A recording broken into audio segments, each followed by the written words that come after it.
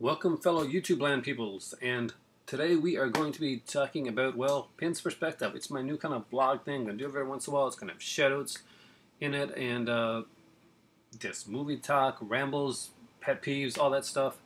And I did this before. I did like a 22-minute one just about 2 minutes ago. And at the end of it, I started talking politics and stuff like that. It got way too personal, so I said, yeah, let's start over. Let's talk now about the 1999 Elephant in the Room Halloween box set. Awesome 15 Blu-ray set that Scream Factory and Anchor Bay are putting it together. Was put on the TCM shop for last night for $19.99. I did a video, so hopefully you guys got in on that one. I did not, however, because my credit card is maxed to, it's going to be a while before I use my credit card again. PayPal, you're my friend. And my enemy. But a lot of people were able to get on it. I heard that they are going to honor it, and at least, people that bought 1 or 2 sets. I don't think they'd honor somebody that bought like a massive amount of sets. Like if you're like a store or something, you bought like 10 or 20 sets, you're probably not going to get that. And I can dig the 1 or 2 set thing. Like bigger stores buying 10 or 20, I'm not so sure. But another thing, there has been some complaints about the Halloween box set. And there's been like some trash talk and stuff like that, so I wanted to like talk about that for a minute. So the Halloween series is finally out. All of it, even those Rob Zombie craps, are out on Blu-ray all together in one big massive set with a crap load of features, new remasterings and all this type of stuff. And then came Blu-ray.com.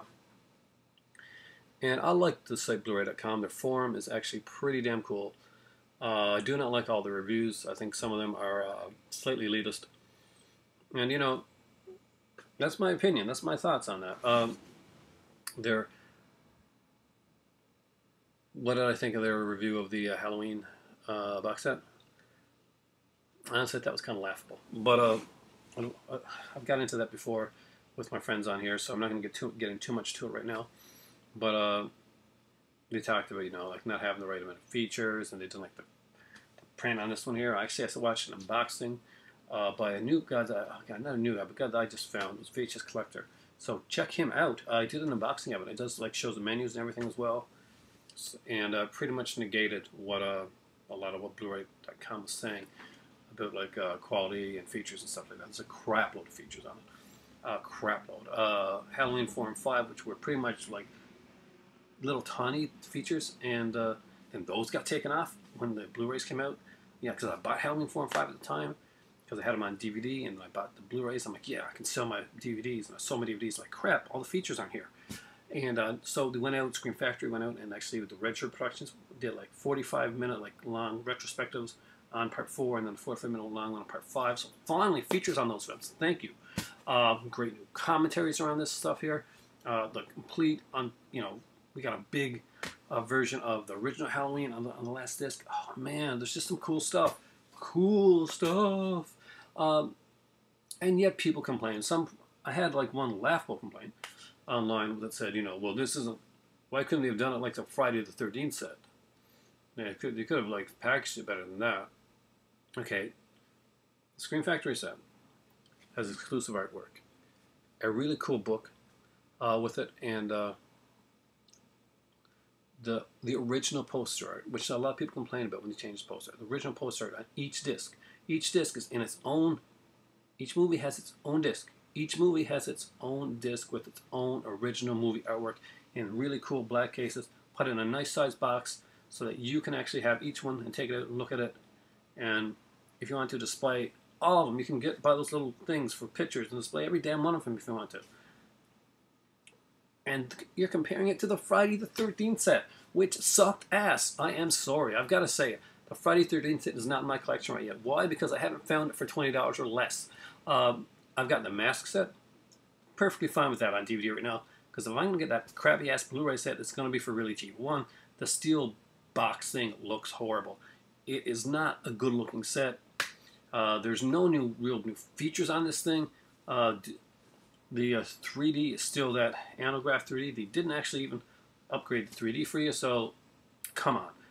If you're going to complain about the Friday the 13th set, if you're going to complain about the Halloween set and compare it to a set that's really bad, not a good idea. Uh, I have the Nightmare on Elm Street collection. I've got it on the big box set on DVD, and I've got it on the slim, kind of like a Blu-ray one. And you know what? I, lo- I like it, but you know what? It doesn't have features. It doesn't have a lot of features. It's an extra disc on the DVD. It's got like a 30-minute documentary on the, and it's got a couple episodes of Fantastic Freddy's Nightmares TV series. Yeah, I actually did like that show. And but you know what? I like that. It was well done. I have the Nightmare on Elm Street documentary already. That's great. The Halloween set went all out to give you new artwork on the on the box. Got all the companies to come together to agree to put out a set that nobody ever thought was going to get out in North American Region One, because there were so many stuff that had come out and line up in the right order in order for this to happen, and it happened. I mean, like, light shine down, a miracle was born, and it happened, and the Halloween set is there. And yet there are people that are complaining that, it didn't have the Rob Zombie theatrical version, so it's not complete. Yeah, honestly, Rob Zombie said movies could have been left totally off it. They're on there, nice little bonus. I don't know if I'll ever watch them. I'll watch the documentary, that 4.5 hour documentary, more than I'll watch the actual movies. But, well, do I like the Rob Zombie films? First, I'm saying, little first bit, okay. Not as a Halloween movie, as a different movie. I watched the first Rob Zombie movie, and I call it slasher because it's not Halloween, not at all, not even remotely Halloween. It's got nothing to do with Halloween, except a couple of the names, even the style and thing in the movie. But you know what, Rob Zombie, you can make some good movies there. I'm not gonna diss on you for other movies that you make. I know there's a lot of people that hate everything that Rob Zombie makes. I didn't mind Lords of Salem. I didn't mind Devil's Rejects.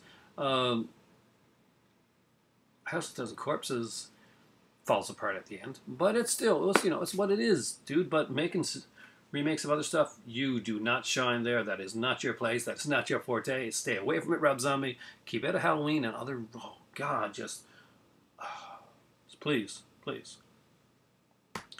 Now, we talked about Halloween. We talked about the Friday 13th set, which I complained about. But hey, wait, you said it had new stuff in it. It had a patch. Seriously. Really?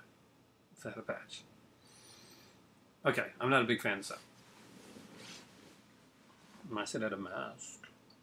But, it's great. And it's also great that they did the whole, people were able to get the new Halloween set. They probably were bitching about it and then stopped buying it. Actually going to buy it anyway and see how good it is for $19.99. And hopefully maybe went and got the Ghostbusters one for $26, those $100-some too. I didn't. Credit cards max. Can't do it, unfortunately. But, because I too would have been one of the persons that went out and bought like one or two extras to maybe cover the cost of stuff that I bought recently, because it cost me a bit of money. And that's the truth of the matter. I'm finishing off my job in October and looking for work elsewhere. So that's actually, it's a different time. It's a change. I'm going to be in that unemployed space, willing to take anything at this point to just to have something. But I've lived my dream job, and I feel really, really grateful and blessed that I did. So all I have to do is just get out there and keep working on stuff, and work whatever it is. I mean, like, Christmas is coming up. I cannot afford not to be gainfully employed. So I'm going to take something. I mean, if I got to be a Walmart greeter, I would be a Walmart greeter, because you know what? There is nothing wrong with good, hard, honest work, and as long as you're getting paid for it, I'll do anything with it. But I would love to stay in my field. I'm of course in public relations, marketing, stuff like that, and that's my field. That's what I do. If I can get a job in that, it's good, and it pays. The pay is fairly decent, and it's a hard time of year to break into it. So I have a feeling I'm gonna have a placeholder job before I go back into my another big job. Maybe I won't. Maybe I'll be lucky, and if I'm lucky, then well, that's fantastic.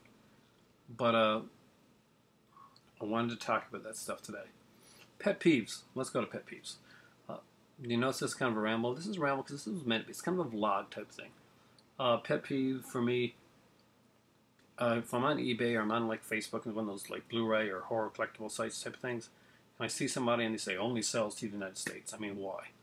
And a lot of these people are only in the United States. So I'm Canadian, and I sell to when I sell stuff, and I don't do this very often now, because we sold on eBay and somebody ripped us off.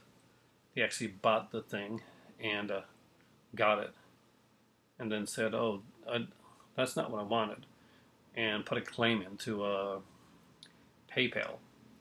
And because the buyers aren't protected the way that the buyers are protected, but the sellers are not protected, he actually got to keep what we sold him. And it wasn't a lot of money or anything like that. It was just a principal effect, and get his money back. So I can't remember his name right now. I don't know if I mentioned it here on YouTube before, but if I didn't, and if I ever remember the guy's name on eBay, I will say it. I'll come on here and I will tell you who the guy is, so that you never ever sell to this guy on eBay. And thank God he's in the United States, because if he lived anywhere nearby, I would kick his ass big time for something like this. It hurt my better half a lot, and it made her not want to go and sell anything else on eBay. So all the cool stuff she had ready to put up on sale, she just took off. And who knows, maybe down the road I will sell some stuff on the site or something like that, but we know I won't sell to people that only sell to the United States. Or I only will sell within the States. And I actually asked the person, I said, so why do you only sell in the United States? Well, I can do it from my house, and if I have to sell it to Canada or somewhere else, and so you can adjust the price, so that you're not losing anything, so you're actually getting the same amount of money. So, because collectors are collectors, and they're willing to pay the price for stuff like that, and they're willing to pay for shipping and handling. So I can understand if somebody says they're not going to pay shipping and handling difference. But he's like, no, it's not that. So I'm like, okay, well, what is it? He said, well, I got to leave my house. If your business model stops at the door of your house, and you should not be in business. So right then and there I thought, okay, whenever I do stuff online, like on those sites or something like that, if I look at somebody offers me something, I'm going to look at their stuff, and if I see a listing and it says only sells within the U.S. only, bam, you're on my list. You're not getting any shit from me, because you lazy fuck, honestly. If the person's willing to pay the price and you still won't ship, and there are people that say that in eBay, and you go and you email them and they're fine about it, and they actually give you a good deal on it, stuff like that. Those people rock. Those people I have no problem with. The people that are steadfast about it, and they don't even respond, and they and even when you're offered the money for it that they want, no, those people suck, and they're down in my book. But let's go on something good. Let's talk about something that's not a pet peeve. Let's talk about a nice thing. Jilly G recently came out from behind the camera and went in front. So if you haven't checked out her channel, check out Jilly G's channel. It's kind of like, remember back in the day when it was hip hop and rap, and he came out from behind the camera. And he's Movie Cave Dave, and we all see him there, and going all star-like, which is cool. Speaking of stars, let's give a round of applause and a shout out to Tina, Night of the Creepy Monster Squad, who got on a Blu-ray disc in a documentary, basically in the Stage Fright UK edition. Yeah, it was put out. It's region free, guys. There's like a VHS documentary that's on there, like Revenge of the VHS Collector or something like that.